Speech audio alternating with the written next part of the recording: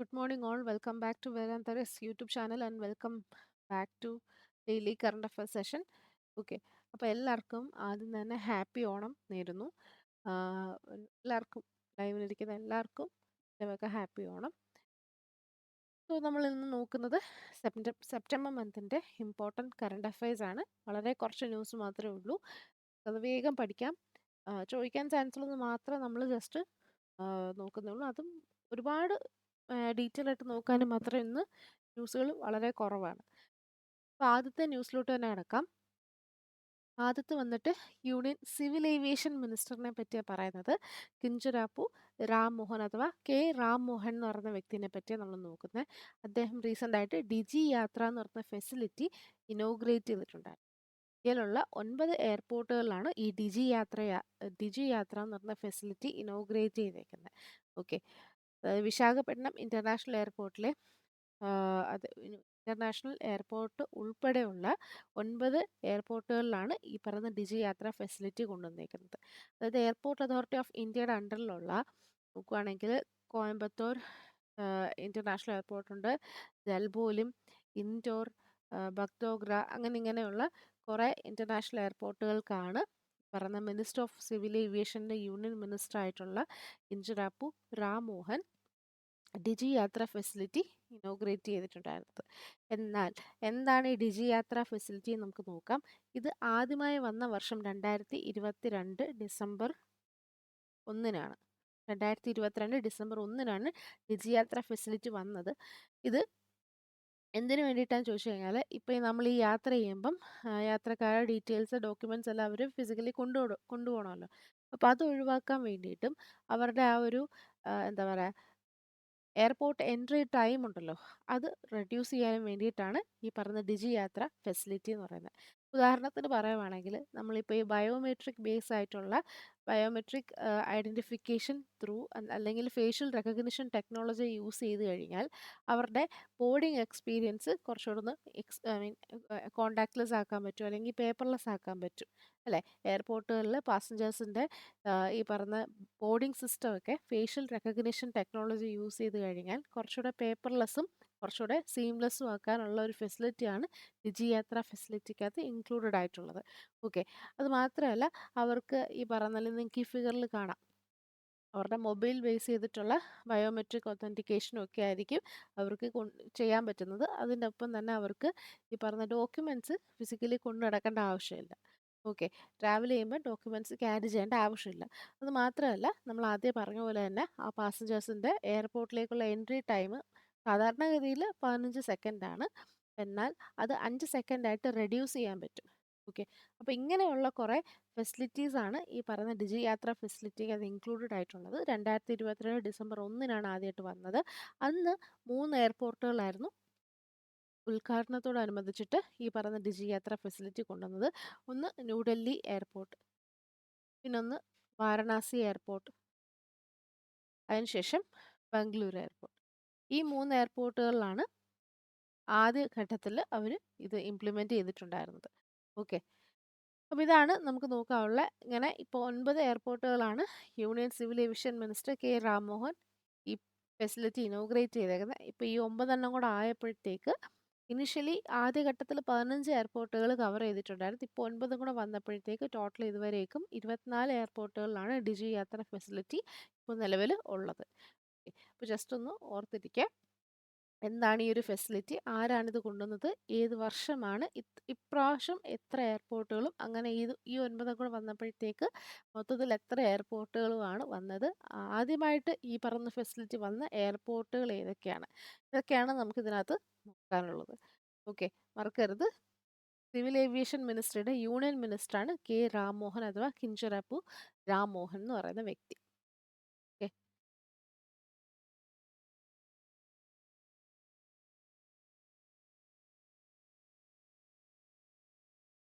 അടുത്ത ന്യൂസ് നോക്കാം. അടുത്ത വന്നിട്ട് minister of health and family വെൽഫെയർസിൻ്റെ കാര്യമാണ് പറയുന്നത്. അവർ റീസെൻ്റ് ആയിട്ട് ബി പാം എന്ന് പറയുന്ന ഒരു പുതിയ ട്രീറ്റ്മെൻറ്റ് രീതി കൊണ്ടുവന്നിട്ടുണ്ട്. എന്തിനു വേണ്ടിയിട്ടുള്ള ട്രീറ്റ്മെൻ്റ് ആണ്? ട്യൂബർകുലോസിസിന് വേണ്ടിയിട്ടുള്ള പുതിയ ട്രീറ്റ്മെൻറ്റ് രീതിയാണ്, അല്ലെങ്കിൽ ട്രീറ്റ്മെൻറ്റ് റെജിമനാണ് ബി പാം എന്ന് പറയും. ഒരു മൾട്ടി ഡ്രഗ് റെസിസ്റ്റൻറ്റ് ചികിത്സാ രീതി തന്നെയാണ് ട്യൂബർക്കുലോസിസിനെതിരായിട്ടുള്ളത്. അതായത് സാധാരണ ഇപ്പോൾ ഉള്ള ട്യൂബർക്കുലോസിസ് എന്ന് പറഞ്ഞാൽ, അല്ലെങ്കിൽ ഇപ്പോൾ ഉള്ള ചികിത്സാ രീതി എന്ന് പറഞ്ഞാൽ, കുറഞ്ഞത് 20 മാസം 20 മന്ത് എങ്കിലും നീണ്ടു നിൽക്കുന്ന, 20 മന്ത് വരെ നീണ്ടു നിൽക്കുന്ന ആയിട്ടുള്ള ഒരു ട്രീറ്റ്മെൻറ്റ് രീതിയാണ്. ട്രഡീഷണലി TB ട്രീറ്റ് ചെയ്യുന്നത് അങ്ങനെയാണ്. എന്നാൽ ഈ ഒരു BPAM ടെക്നോളജി യൂസ് ചെയ്തിട്ട് കഴിഞ്ഞാൽ, അല്ലെങ്കിൽ ചെയ്ത് കഴിഞ്ഞാൽ, ആ ഒരു ഒരു ഡ്രഗ് റെസിസ്റ്റൻറ്റ് TBനെ വെറും 6 മാസം കൊണ്ട് ക്യൂർ ചെയ്യാൻ പറ്റും. ഓക്കെ, അതാണ് അതിനകത്ത് ഹൈലൈറ്റ് ചെയ്ത് പറയാനുള്ള ഒരു പ്രത്യേകത. ഇനി ഇതൊരു ട്രീറ്റ്മെൻറ്റ് റെജിമെൻ ആണ്. ഇതിനകത്ത് ബേസിക്കലി 4 ഡ്രഗുകളാണ് മെയിനായിട്ട് ഇൻക്ലൂഡഡ് ആയിട്ടുള്ളത്. ഏതൊക്കെയാണെന്ന് നോക്കാം. ബെഡാക്വിലിൻ, ബെഡാക്വിലിൻ, പ്രെട്രോമാനിഡ്, ലൈൻസോളിഡ്, മോക്സിഫ്ലോക്സാസിൻ എന്ന് പറയുന്ന ഈ 4 ഡ്രഗുകളാണ് ബേസിക്കലി ഈ ഒരു BPAM റെജിമെൻറ്റിനകത്ത് ഇൻക്ലൂഡഡ് ആയിട്ടുള്ളത്. ഓക്കെ, അപ്പോൾ അതിൻ്റെ ആ ഒരു ലൈസൻസും കാര്യങ്ങളൊക്കെയാണ് ഇപ്പോൾ റീസെൻ്റ് ആയിട്ട് സെൻട്രൽ ഡ്രഗ് സ്റ്റാൻഡേർഡ് കൺട്രോൾ ഓർഗനൈസേഷനൊക്കെ കൊടുത്തിട്ടുണ്ടായിരുന്നത്. Central drug standard control organisation, CDSCO. Okay, അപ്പം ഈ പറയുന്ന treatment regimen, multi drug resistant TB treatment regimen ആയിട്ടുള്ള BPAM എന്ന് പറയുന്ന ട്രീറ്റ്മെൻറ്റ് രീതിക്ക് ഇപ്പോൾ റീസെൻ്റ് ആയിട്ട് ലൈസൻസ് ഗ്രാൻഡ് ചെയ്തിട്ടുണ്ടായിരുന്നു. ഓക്കെ, അത് മാത്രമല്ല അതിനകത്തെ 4 ഡ്രഗിനകത്ത് ആദ്യം നമ്മൾ പറഞ്ഞ പെട്രോമാനിഡ് ഇന്ത്യയിൽ യൂസ് ചെയ്യാനുള്ള അപ്രൂവലും കിട്ടിയിട്ടുണ്ട്. അതാണ് നമ്മൾ കറണ്ട് അഫയേഴ്സിനകത്ത് പറഞ്ഞിട്ടുണ്ടായിരുന്നത്. ഇപ്പോൾ പഠിക്കാൻ കാരണമായിട്ടുള്ളത്. ഓക്കെ, അപ്പോൾ മറക്കരുത്, BPAM എന്ന് പറയുന്ന പുതിയൊരു TB, അതായത് ട്യൂബർക്ലോസിസിനെതിരായിട്ടുള്ള ഒരു പുതിയ ട്രീറ്റ്മെൻറ്റ് റെജിമെനാണ്. അതിനകത്ത് എത്ര ഡ്രഗുകളാണ് ഉള്ളത്? 4 എണ്ണമാണ് ബേസിക്കലി അതിനകത്ത് ഇൻക്ലൂഡഡ് ആയിട്ടുള്ളത്. 4ൻ്റെയും പേര് പറഞ്ഞു. അതിലേതാണ് ഇന്ത്യയിൽ അപ്രൂവ് ചെയ്തതെന്നുള്ള കാര്യവും പറഞ്ഞിട്ടുണ്ടായിരുന്നു. പിന്നെ നമുക്ക് നോക്കാനുള്ളത്, നമ്മുടെ ഇന്ത്യയിലൊരു ടാർഗറ്റ് ഉണ്ട് 2025, അതായത് സസ്റ്റൈനബിൾ ഡെവലപ്മെൻറ്റ് ഗോൾ അച്ചീവ് ചെയ്യുന്ന 2030-നാണ്. അപ്പോൾ അതിനേക്കും 5 വർഷം മുന്നോടിയായിട്ട് നമ്മൾ ഈ ട്യൂബർക്ലോസിസ് കംപ്ലീറ്റ് ആയിട്ട് എലിമിനേറ്റ് ചെയ്യും എന്നുള്ളൊരു അതിൻ്റെ ഭാഗമായിട്ടൊരു ടാർഗറ്റൊക്കെ നമുക്കുണ്ടായിരുന്നു. അതായത് കംപ്ലീറ്റ് ആയിട്ട് TB എലിമിനേറ്റ് ചെയ്യാൻ. അപ്പോൾ TB എലിമിനേറ്റ് ചെയ്യാൻ വേണ്ടിയിട്ടുള്ളൊരു ഇനിഷ്യേറ്റീവ് കൂടെ നമുക്ക് അതിൻ്റെ കൂടെ പഠിക്കണം. National tuberculosis elimination programme, NTEP, national tuberculosis elimination programme. ഇതും നമ്മൾ ഓൾറെഡി കണ്ടിട്ടുണ്ടായിരുന്നു. 2025 ടാർഗറ്റ് ഇയർ. SDGയുടെ ടാർഗറ്റ് ഇയർ 2030. ഓക്കെ, അപ്പോൾ ഇതൊക്കെയാണ് നമുക്ക് ഇതിനകത്ത് നോക്കാനുള്ളത്. ഇതിൻ്റെ ബെനിഫിറ്റ് ഒക്കെ പറഞ്ഞു. പേര് മറക്കരുത്, BPAM ആണ്. അതിൻ്റെ അപ്രൂവൽ റീസെൻ്റ് ആയിട്ട് minister of health and family welfares കൊടുത്തിട്ടുണ്ടായിരുന്നു. അടുത്ത ന്യൂസിലോട്ട് പോകാം. അടുത്ത് വന്നിട്ട് ബാങ്കിങ് ആൻഡ് ഫിനാൻസ് ആണ്. യൂണിയൻ ബാങ്ക് ഓഫ് ഇന്ത്യ റീസെൻ്റ് ആയിട്ട് PCAF-ലോട്ട് ജോയിൻ ചെയ്തിട്ടുണ്ട്. അങ്ങനെയാണ് PCAF-ലോട്ട് ജോയിൻ ചെയ്യുന്ന ആദ്യത്തെ മേജർ ബാങ്കാണ് UBI, അഥവാ യൂണിയൻ ബാങ്ക് ഓഫ് ഇന്ത്യ എന്ന് പറയുന്നത്. അപ്പോൾ എന്താണ് ഈ PCAF എന്ന് നമുക്ക് നോക്കാം. Partnership for carbon accounting financials. Partnership for carbon accounting financials എന്നാണ് PCAF-ൻ്റെ ഫുൾ ഫോം പറയുന്നത്. അതായത് ഈ പറയുന്ന ഇത് UBI പോലെയുള്ള ബാങ്കിങ് ഫിനാൻഷ്യൽ ഇൻസ്റ്റിറ്റ്യൂഷൻസ് ഉണ്ടല്ലോ, ബാങ്കിങ് ഇൻസ്റ്റിറ്റ്യൂഷൻസ് ഒക്കെ ഈ പറയുന്ന കാർബൺ യൂസേജ്, അല്ലെങ്കിൽ കാർബൺ ഫുട് പ്രിൻ്റ്, അങ്ങനത്തെ കാര്യങ്ങൾ കാർബൺ എമിഷൻ കുറയ്ക്കാൻ വേണ്ടിയിട്ടും അതേപോലെ തന്നെ ഗ്രീൻ ഹൗസ് ഗ്യാസിൻ്റെ എമിഷൻ മെഷർ ചെയ്യാനും ഒക്കെ വേണ്ടിയിട്ടാണ് ഈ പറയുന്ന ഫിനാൻഷ്യൽ ഇൻസ്റ്റിറ്റ്യൂഷൻസ് വന്നേക്കുന്നത്. അവരുടെ ഇൻവെസ്റ്റ്മെൻറ്റിൽ നിന്നും ആയിരിക്കും അവർ ഈ പറയുന്ന ഹെൽപ്പ് ചെയ്യുന്നത്. ഓക്കെ, അപ്പോൾ ആ ഒരു എയിമോട് കൂടിയിട്ടുള്ള ഒരു ഓർഗനൈസേഷനാണ് partnership for carbon accounting financials. അപ്പോൾ അതിൽ ജോയിൻ ചെയ്യുന്ന ആദ്യത്തെ ഇന്ത്യയിലെ മേജർ ബാങ്കാണ് യൂണിയൻ ബാങ്ക് ഓഫ് ഇന്ത്യ എന്ന് പറയുന്നത്. ഓക്കെ, അപ്പോൾ RBIയുടെ ഒരു ഫ്രെയിംവർക്കാണ് ഈ പറഞ്ഞ ക്ലൈമറ്റ് റിലേറ്റഡ് ഫ്രെയിംവർക്കാണ് PCAF. അതേപോലെ നമ്മുടെ ക്ലൈമറ്റ് ടാർഗറ്റ് ഒക്കെ മീറ്റ് ചെയ്യാൻ 2027 ഒരു ടാർഗറ്റ് വർഷം. 2027 ഏപ്രിലൊക്കെ ആകുമ്പോഴത്തേക്ക് ക്ലൈമറ്റ് റിലേറ്റഡ് ആയിട്ടുള്ള എല്ലാ റിസ്കുകളും കുറയ്ക്കാൻ പറ്റും. നമ്മുടെ കുറേ ക്ലൈമറ്റ് ടാർഗറ്റുകളുണ്ട്. ഇത്തരം കാര്യങ്ങളൊക്കെ ഈ 2027 ഏപ്രിൽ ആകുമ്പോഴത്തേക്ക് മീറ്റ് ചെയ്യാൻ പറ്റും എന്നാണ് RBIയുടെ അവകാശവാദം.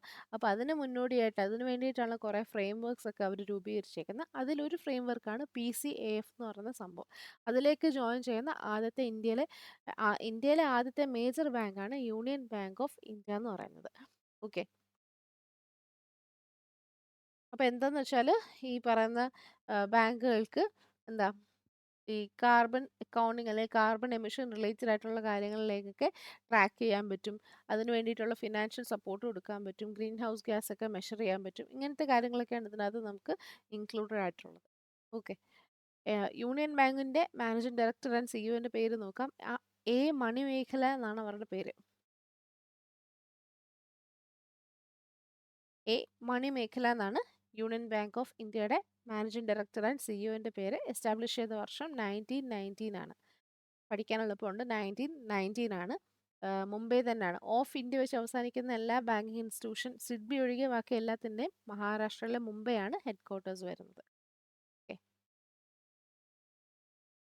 ഇനി അടുത്ത ന്യൂസ് അത്യാവശ്യം നല്ല ഇമ്പോർട്ടൻസ് ഉള്ളൊരു ന്യൂസാണ്. നമ്മൾ കഴിഞ്ഞ ദിവസം അൾജീരിയയുടെ കാര്യം പറഞ്ഞായിരുന്നു. ബ്രിക്സിന്റെ ന്യൂ ഡെവലപ്മെന്റ് ബാങ്കിനകത്തോട്ട് ജോയിൻ ചെയ്യുന്ന മൂന്നാമത്തെ അറബ് കൺട്രിയും 10ാമത്തെ രാജ്യവുമാണ് ഈ പറയുന്ന അൾജീരിയ എന്ന് പറയുന്നത്. അല്ല, നമ്മൾ പഠിച്ചിട്ടുണ്ടായിരുന്നു. എന്നാൽ അൾജീരിയയുടെ പ്രസിഡന്റായിട്ട് വീണ്ടും റീ അപ്പോയിന്റ് അല്ലെങ്കിൽ റീ എലക്ട് ചെയ്തേക്കുന്ന വ്യക്തിയുടെ കാര്യമാണ് പറഞ്ഞത്. രണ്ടാമത്തെ തവണയായിട്ട് കോൺസിക്യൂട്ടീവ്ലി രണ്ടാമത്തെ തവണയായിട്ട് അവിടുത്തെ പ്രസിഡന്റായിട്ട് ഇലക്ട് ചെയ്യപ്പെട്ട വ്യക്തി എന്ന് പറഞ്ഞാൽ അബ്ദൽ മജീദ് ടെബോൺ എന്ന് പറയും. അബ്ദൽ മജീദ് ടെബോൺ. ഈ കാണുന്നതാണ് അബ്ദൽ മജീദ് ടെബോൺ. ഓക്കെ. അപ്പോൾ അത് മറക്കരുത്. ഇപ്പോൾ പ്രസിഡന്റിന്റെ അപ്പോയിന്റ്മെന്റ് ആണ് പറഞ്ഞതെങ്കിലും പ്രൈം മിനിസ്റ്ററിന്റെ പേര് ചോദിക്കാൻ ചാൻസ് ഉണ്ട്. അപ്പോൾ അൾജീരിയയുടെ പ്രൈം മിനിസ്റ്ററിന്റെ പേരാണ് നാദിർ ലബോണി. നാദിർ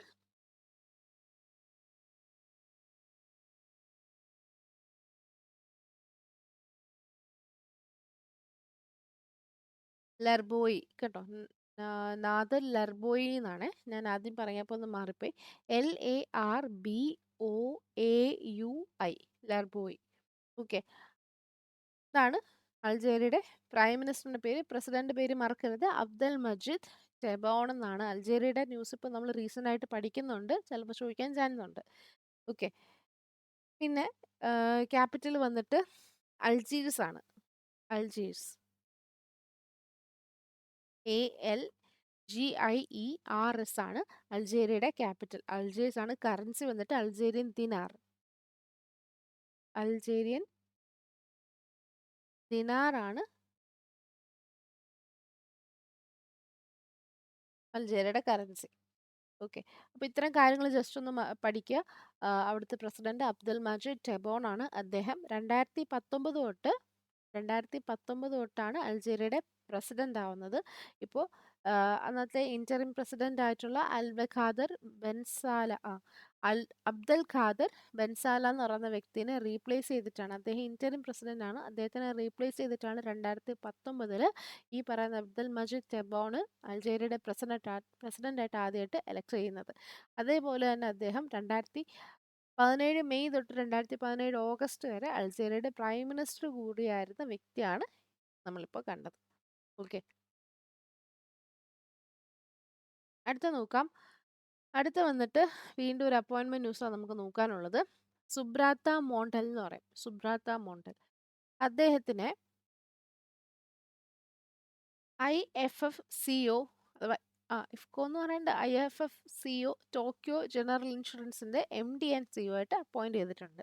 അപ്പം നമ്മൾ അധികം കേട്ടിട്ടില്ലാത്ത പേരാണ് ഈ IFFCO ടോക്കിയോ ജനറൽ ഇൻഷുറൻസ്. അപ്പം എന്താണ് സംഭവം എന്ന് നോക്കിക്കഴിഞ്ഞാൽ അതൊരു ജോയിന്റ് വെഞ്ചർ ആണ്. Okay. Indian farmers fertilisers cooperative, അതാണ് IFFCO എന്ന് പറയുന്നത്. അതിൻ്റെയും അതേപോലെ തന്നെ ജപ്പാന്റെ ടോക്കിയോ ജനറൽ ഇൻഷുറൻസിൻ്റെയും കൂടെ ചേർന്നിട്ടുള്ള ഈ രണ്ട് വെഞ്ചേഴ്സും കൂടെ സ്റ്റാർട്ട് ചെയ്ത് തുടങ്ങിയിട്ടുള്ളതാണ് ഈ ഒരു ജോയിന്റ് വെഞ്ചർ. ഓക്കെ. അതിൻ്റെ പേരാണ് ഇഫ്കോ ടോക്കിയോ ജനറൽ ഇൻഷുറൻസ്. ഇതിനകത്തെ ആ ഒരു ഷെയർ അല്ലെങ്കിൽ ആ ഒരു ഷെയർ റേഷ്യോ എന്ന് പറഞ്ഞാൽ 51:49 എന്നുള്ള റേഷ്യോയിലാണ് ഇതിൻ്റെ ഓണർഷിപ്പ് വരുന്നത്. ഓക്കെ. അപ്പോൾ ആ ഒരു ജനറൽ ഇൻഷുറൻസ് കമ്പനിയുടെ MD ആൻഡ് CEO ആയിട്ട് ആരെ അപ്പോയിന്റ് ചെയ്തേക്കുന്നത്? സുബ്രാട്ട മോണ്ടൽ എന്ന് പറയുന്ന വ്യക്തിനെ ആണ് അപ്പോയിന്റ് ചെയ്തേക്കുന്നത്. HO സുരി എന്ന് പറയുന്ന വ്യക്തിനെ റീപ്ലേസ് ചെയ്തിട്ടാണ്. HO സുരി ഇദ്ദേഹത്തിനെ റീപ്ലേസ് ചെയ്തിട്ടാണ് ആര് വരുന്നത്? സുബ്രാട്ട മോണ്ടൽ വരുന്നത്. ഓക്കെ. അപ്പോൾ ജസ്റ്റ് അത്ര ഒന്ന് അറിഞ്ഞിരുന്നാൽ മതി. ഹരിയാനയിലെ ഗുരുഗ്രാമിലാണ് ഈ പറയുന്ന ജനറൽ ഇൻഷുറൻസ് കമ്പനിയുടെ ഹെഡ് ക്വാർട്ടേഴ്സ് വരുന്നത്. 2000-ലാണ് ഇത് എസ്റ്റാബ്ലിഷ് ചെയ്തിട്ടുണ്ടായിരുന്നത്. ഹരിയാനയിലെ ഗുരുഗ്രാമിലാണ് ഇത് അതിൻ്റെ ഹെഡ് ക്വാർട്ടേഴ്സ് വരുന്നത്. ചെയർമാൻ്റെ പേരും ജസ്റ്റ് നോട്ട് ചെയ്ത് വെക്കുക. രാകേഷ് കപൂർ എന്നാണ് ചെയർമാൻ്റെ പേര്. MD and CEO സുബ്രാട്ട മോണ്ടലാണ്.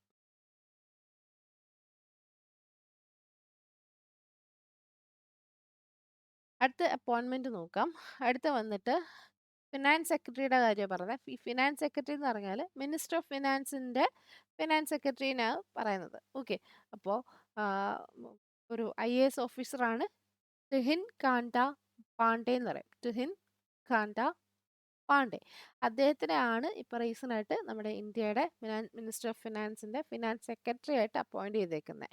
അദ്ദേഹം ഒരു IAS ഓഫീസറാണ്. ഇത്തരം വലിയ വലിയ അപ്പോയിൻമെൻ്റ് ഒക്കെ നടത്തുന്നത് ആരാണ്? ACC ആണ്. ഓക്കെ, ACC എന്ന് പറഞ്ഞാൽ എന്താ സംഭവം? Appointment committee of the cabinet. Okay, അപ്പോൾ appointment committee of the cabinet എന്ത് ചെയ്തു? തുഹിൽ കാന്ത പാണ്ഡെ എന്ന് പറയുന്ന വ്യക്തിനെ ഫിനാൻസ് സെക്രട്ടറി ആയിട്ട് അപ്പോയിൻറ്റ് ചെയ്തിട്ടുണ്ടായിരുന്നു. അദ്ദേഹം ആരെയാണ് റീപ്ലേസ് ചെയ്യുന്നത്?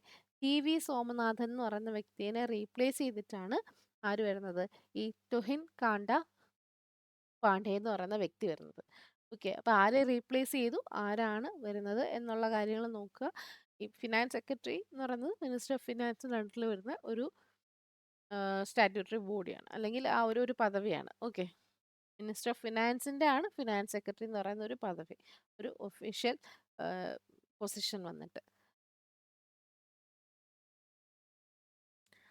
ഇനി അടുത്ത് നമുക്ക് CSL അഥവാ കൊച്ചിൻ ഷിപ്പ്യാർഡ് ലിമിറ്റഡിനെ പറ്റി നോക്കാം. ഇപ്പോൾ റീസെൻ്റ് ആയിട്ട് കൊച്ചിൻ ഷിപ്പ്യാർഡ് ലിമിറ്റഡ് എന്ത് ചെയ്തു? 2 INS ആണ് ലോഞ്ച് ചെയ്തേക്കുന്നത്. INS എല്ലാവർക്കും അറിയാലോ, ഇന്ത്യൻ നേവൽ ഷിപ്പാണ്. ഓക്കെ, അപ്പോൾ ആൻറ്റി സബ്മറൈൻ വാർഫെയിൻ കാറ്റഗറിയിലോട്ട് വരുന്ന 2 INSനെയാണ് ലോഞ്ച് ചെയ്തേക്കുന്നത്. CSL. ഒന്നിൻ്റെ പേര് മാൽപയും ഒന്നിൻ്റെ പേര് Mulki. Okay, INS Malpe, INS Mulki. ഈ 2 ആൻറ്റി സബ്മറൈൻ വാർഫെയർ വെസൽ അല്ലെങ്കിൽ ആൻറ്റി സബ്മറൈൻ വെസൽസ് ആണ് ഈ പറയുന്ന CSL അഥവാ കൊച്ചിൻ ഷിപ്പ്യാർഡ് ലിമിറ്റഡ് കൺസ്ട്രക്ട് ചെയ്തിട്ടുണ്ടായിരുന്നത്. എന്നിട്ട് ഇന്ത്യൻ നേവിക്ക് വേണ്ടിയിട്ടാണ് ഇവർ കൺസ്ട്രക്ട് ചെയ്തേക്കുന്നത്. ഓക്കെ, അപ്പോൾ ഈ anti submarine warfare shallow water project അല്ലെങ്കിൽ ഷാലോ വാട്ടർ ക്രാഫ്റ്റ് പ്രൊജക്റ്റിനകത്ത് ഉൾപ്പെടുന്ന, അതായത് 8 എണ്ണമാണ് ഇതിന് വേണ്ടിയിട്ട് CSL ഇന്ത്യൻ നേവിക്ക് വേണ്ടിയിട്ട് കൊച്ചിൻ ഷിപ്പ്യാർഡ് മാനുഫാക്ചർ ചെയ്ത് കൊടുക്കാം എന്നുള്ളൊരു കോൺട്രാക്റ്റ് വരുന്നത്. 8 anti submarine warfare shallow water craft പ്രോജക്റ്റിൻ്റെ ഭാഗമായിട്ട് 8 എണ്ണമാണ് അവർ കരാറ് പ്രകാരം മാനുഫാക്ചർ ചെയ്ത് കൊടുക്കുന്നത്. അതിൽ 4ാമത്തേതും 5ാമത്തേതുമാണ് ഈ മാൽപയും മുൽക്കിയും. ഓക്കെ, അത് നോട്ട് ചെയ്ത് വെക്കുക. CSL വന്ന വർഷം 1972 ആണ്. 1972 ഈ പറയുന്ന ഈ ഒരു എൻ്റർപ്രൈസസ് വന്നിട്ടുണ്ടായിരുന്നത്. Ministry of ports, shipping and വാട്ടർവേയിൻ്റെ അണ്ടറിലുള്ള ഒരു പബ്ലിക് സെക്ടർ അണ്ടർടേക്കിംഗ് ആണ് CSL എന്ന് പറയുന്നത്. ഓക്കെ, മറക്കരുത്. ഇന്ത്യൻ നേവിക്ക് വേണ്ടിയിട്ട് 8 anti submarine warfare shallow water ക്രാഫ്റ്റുകളാണ് ഒരു കൺസ്ട്രക്ട് ചെയ്ത് കൊടുക്കുന്നത്. അതിൽ 4ാമത്തേതും 5ാമത്തേതുമാണ് ഇപ്പോൾ റീസെൻ്റ് ആയിട്ട് ലോഞ്ച് ചെയ്തേക്കുന്നത്. INS മാൽപയും INS Mulki. ഓക്കെ, ബാക്കി ഇതിൻ്റെ ഒരുപാട് ഡീറ്റെയിൽ ആയിട്ട് ഫീച്ചേഴ്സ് ഒന്നും അങ്ങനെ നോക്കേണ്ട ആവശ്യമില്ല. ഇതാരാണ്, ആർക്ക് വേണ്ടിയിട്ടാണ്, എത്ര എണ്ണം ഉണ്ട്, അങ്ങനത്തെ കാര്യങ്ങളൊക്കെ ഇതിനകത്ത് നോക്കിയാൽ മതി. അപ്പോൾ ഇത്രയാണ് നമ്മുടെ ഇന്നത്തെ കറണ്ട് അഫയേഴ്സിനകത്ത് മേജർ ഇമ്പോർട്ടൻ്റ് ആയിട്ട് നമുക്ക് നോക്കാനുള്ളത്. INS മാൽപെ, INS മുൽക്കി, അതേപോലെ തന്നെ യൂണിയൻ ബാങ്ക് ഓഫ് ഇന്ത്യ, പിന്നെ 2-3 അപ്പോയിൻമെൻ്റ് ഒക്കെ ഉണ്ട്. ഏറ്റവും പ്രധാനപ്പെട്ടത് മറ്റേ സുബ്രാട്ട മോണ്ടലിനെക്കാട്ടിലും ഇമ്പോർട്ടൻ്റ് ആയിട്ടുള്ളത് ഈ വന്നിട്ട് ഫിനാൻസ് സെക്രട്ടറിയുടെ തുഹിൻ കാന്ത പാണ്ഡെ എന്ന് പറയുന്ന വ്യക്തിൻ്റെ അപ്പോയിൻമെൻ്റ് ആണ് ഏറ്റവും ഇമ്പോർട്ടൻ്റ് ആയിട്ടുള്ളത്. ഓക്കെ, അതേപോലെ അൾജേരിയൻ പ്രസിഡന്റിൻ്റെ കാര്യം നമ്മൾ പഠിച്ചായിരുന്നു. അതും അത്യാവശ്യം നല്ല ഇമ്പോർട്ടൻസ് ഉണ്ട്.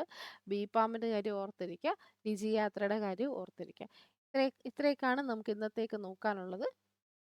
നിങ്ങൾക്ക് പറഞ്ഞു തന്ന കാര്യങ്ങളൊക്കെ മനസ്സിലായെന്ന് വിചാരിക്കുന്നു.